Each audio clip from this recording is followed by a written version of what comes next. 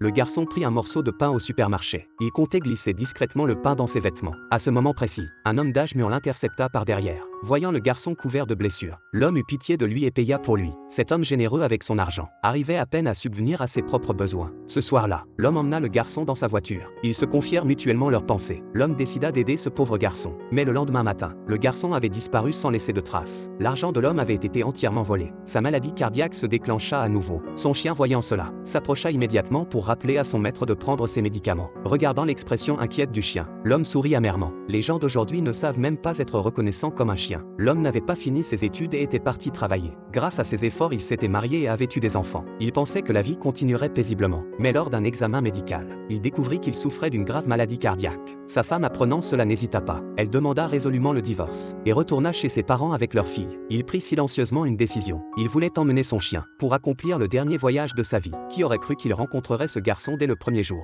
L'homme désespéré supplia encore une fois le gérant, espérant qu'il accepterait ses affaires. Voyant le regard désespéré de l'homme, le patron finit par accepter. Après avoir payé les frais médicaux, l'argent restant suffirait tout juste pour les frais de route. Après avoir salué le patron, l'homme et son chien repartirent, continuant vers l'endroit de leur rêve. Le chien sortit sa tête par la fenêtre, respirant librement l'air extérieur. Cette adorable scène fit sourire malgré lui le vieux Wang.